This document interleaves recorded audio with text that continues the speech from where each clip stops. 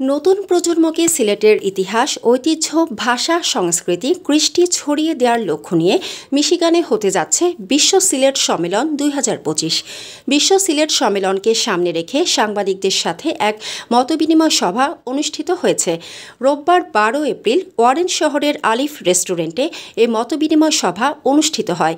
মতবিনিময় সভায় বিশ্ব সিলেট সম্মেলন ২০২৫ উদযাপন কমিটির আহ্বায়ক শাহাব আহমেদ সুমিনের সভাপতিত্বে এবং সদস্য সচিব এম এ চৌধুরী সাইমের সঞ্চালনায় মিশিগানে বিশ্ব সিলেট সম্মেলন আয়োজনের পরিকল্পনা ও করণীয় বিভিন্ন বিষয় নিয়ে আলোচনা হয়।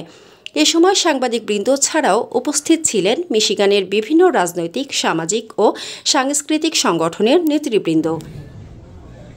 মানসম্মত হাঁস ও মোরগের চাহিদা পূরণ করতে আল আমিন হালাল লাইভ পোল্ট্রি রয়েছে আপনারই পাশে।